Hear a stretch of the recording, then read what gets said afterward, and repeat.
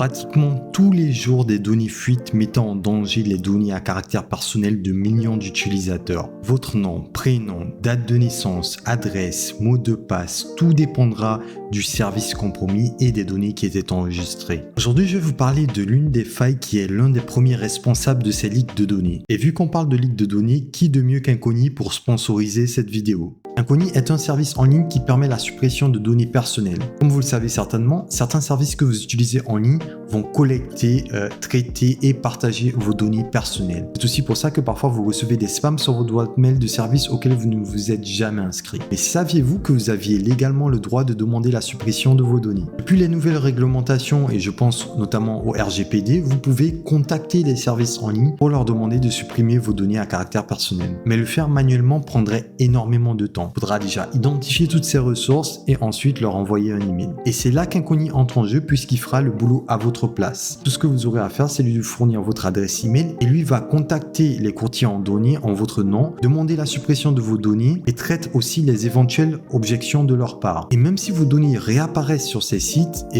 Incogni, lui, se charge automatiquement de faire la réclamation à votre place. Je lui ai récemment fourni mon email, il a déjà envoyé 56 requêtes, 21 ont déjà été traitées et 35 sont en attente. Dans les activity logs, vous verrez la liste des services qui ont déjà complété la tâche et supprimé vos informations. Si vous êtes intéressé par leur service, vous pouvez obtenir 60% de réduction en utilisant mon code promo WAKEDXY ou le lien que je vous affiche à votre écran. Je vous laisserai aussi dans la description de la vidéo. Comme je vous l'ai dit, aujourd'hui, je vais parler de l'une des principales sources de fuite de données. Pour les novices, ça va vous permettre de comprendre comment vos données fuitent et pour les techniciens, je vais vous montrer comment vous pourrez détecter et exploiter la vulnérabilité. Mais très important, avant de commencer, je vais revenir sur ce qu'est une API puisque la vulnérabilité dont je vais vous parler aujourd'hui impacte les API. API de Application Language ou en français interface de programmation d'application est un système qui permet aux applications de rendre disponibles leurs données et fonctionnalités entre elles. Un exemple d'API, l'API Basic Display d'Instagram permet d'obtenir le profil, les images, les vidéos et les albums d'un utilisateur Instagram. En d'autres termes, si vous aviez une application web et que vous vouliez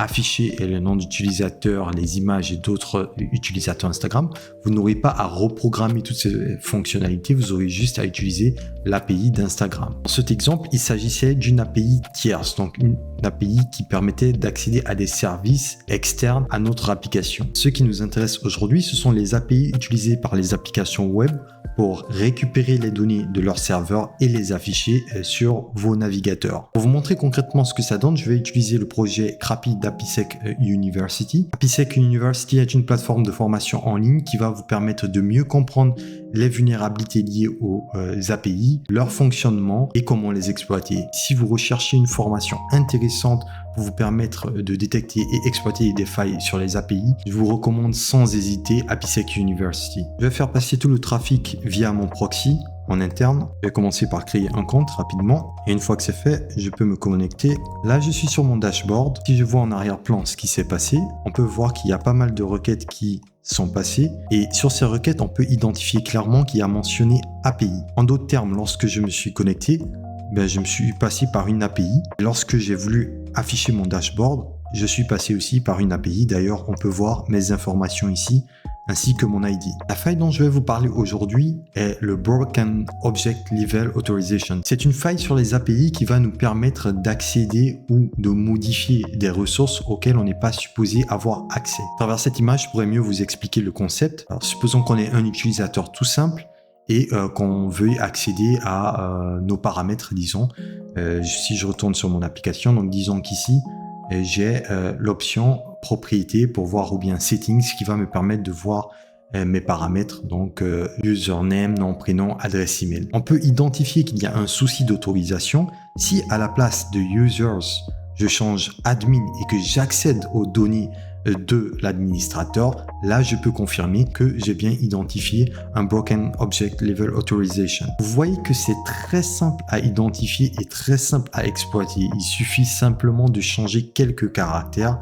Dans ce cas, il s'agissait d'un nom, mais supposons qu'il y avait API user et par la suite on avait un chiffre, donc mon identifiant était le 19 et que je mette 20 et que j'arrive sur les données d'un autre utilisateur, et bien là, dans ce cas aussi, je peux identifier un Broken Object Level Authorization. Comment peut-on détecter cette vulnérabilité et l'exploiter? La première phase, c'est d'identifier les points où nous pourrons faire nos requêtes pour demander les informations.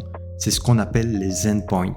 Si je reviens à mon exemple, ici, API/user/sensitive-info représente l'endpoint. Si je retourne à ma requête de tout à l'heure, nous avavons identity API v2 user dashboard qui représente l'endpoint.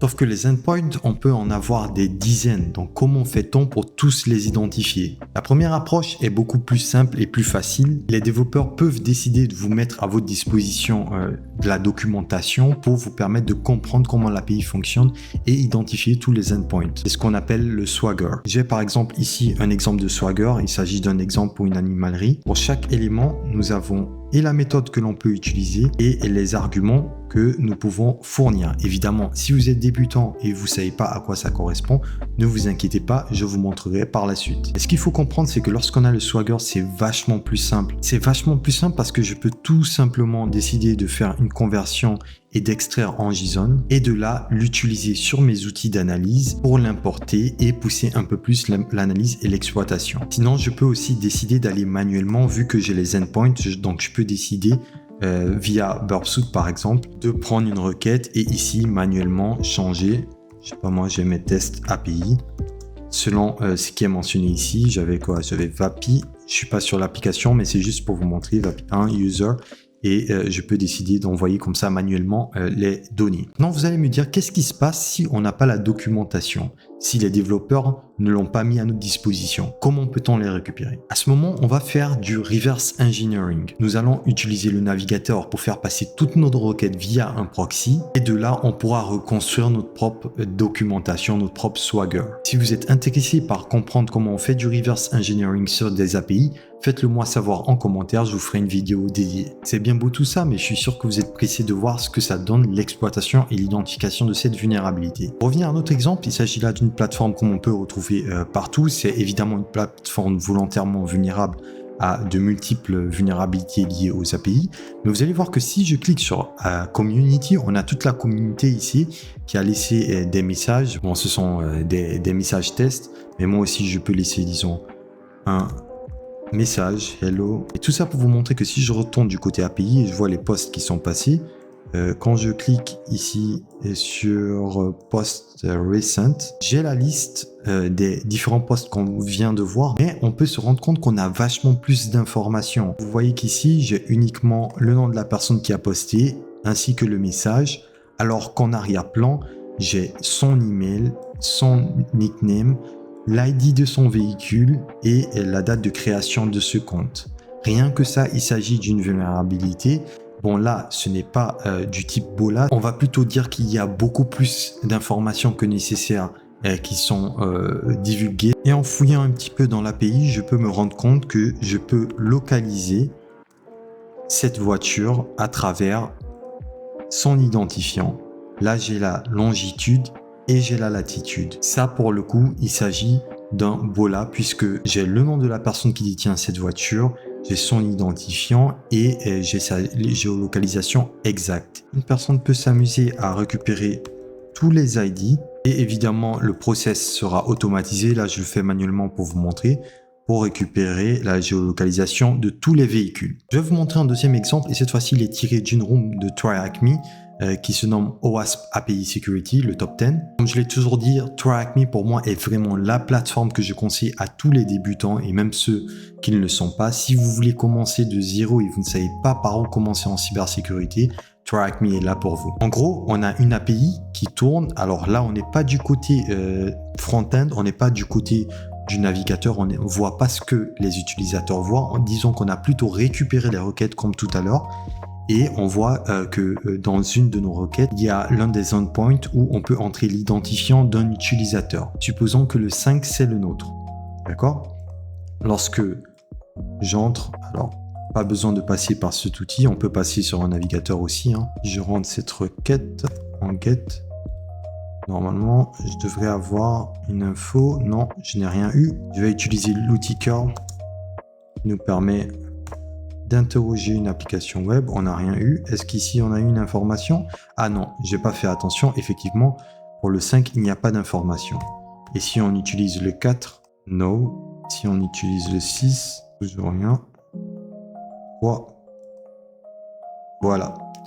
Pour le 3, on a pu accéder aux informations de l'utilisateur Bob. On a son nom, son username. Ici, le flag, on va dire que c'est une adresse ou peut-être le mot de passe de l'utilisateur ou peu importe. Comme je vous ai dit, pas besoin de passer par ce genre d'outils. C'est ça aussi le grand problème des BOLA, c'est que l'exploitation est vraiment simple. Il suffit juste de changer parfois un simple chiffre. Il vous est déjà arrivé certainement d'entrer dans des settings, dans vos settings et vous rendre compte qu'à la fin il y a un ID. Il suffit de changer l'ID pour accéder aux informations d'un autre utilisateur. Si je change le 2, oui, j'ai accès, comme vous pouvez le voir, aux informations des autres utilisateurs. Une personne mal intentionnée peut décider d'automatiser ce process en utilisant peut-être curl. Là, je peux dire de 1 à 50. Donne-moi les utilisateurs. Et là, je vais mettre le i pour qu'ils prennent la valeur de 1 à 50. Normalement, si j'appuie sur entrée, il y a un souci, pourcentage i, c'est ma faute. J'ai mis ici curl, je voulais mettre for. Et vous allez voir que là, en quelques secondes, il va récupérer les informations des 50 utilisateurs s'ils existaient, ainsi que toutes leurs données. Là, on a juste 3 utilisateurs. Vous voyez que dans ce cas de figure, un acteur mal intentionné pourrait récupérer les informations de centaines, milliers, voire de millions d'utilisateurs en l'espace de quelques secondes. Tout ce qu'il aura à faire, c'est faire une redirection dans un fichier TXT. Et là, il peut soit le publier, soit le conserver pour lui, soit le partager sur le dark web. Des exemples où cette vulnérabilité a fait des dégâts, il y en a pas mal, mais je vais vous donner quelques-uns. En 2023, plus de 37 millions d'utilisateurs de T-Mobile ont vu leurs données exposées au grand public. Mais il n'y a pas que du négatif dessus. Pour les bug hunters, c'est une faille qui peut vous rapporter énormément. En 2019, 3of Alpha, un ethical hacker, a reçu 250 000 $ après avoir trouvé une faille qui lui permettait de changer l'identifiant d'un compte source et destinataire sur Coinbase. Donc voilà les amis, comment cette vidéo se termine. J'espère qu'elle vous aura plu. Laissez comme d'hab vos impressions en commentaire. Le like est super important. Je tiens énormément à remercier Inconi qui sponsorise cette vidéo. Pour rappel, si vous souhaitez prendre un abonnement, n'hésitez pas à utiliser mon code promo WACKEDXY ou mon lien personnalisé, je vous laisserai en description de la vidéo. Vous aurez 60% de réduction. Pour ce, je vous dis à la vidéo prochaine. Prenez soin de vous. Ciao.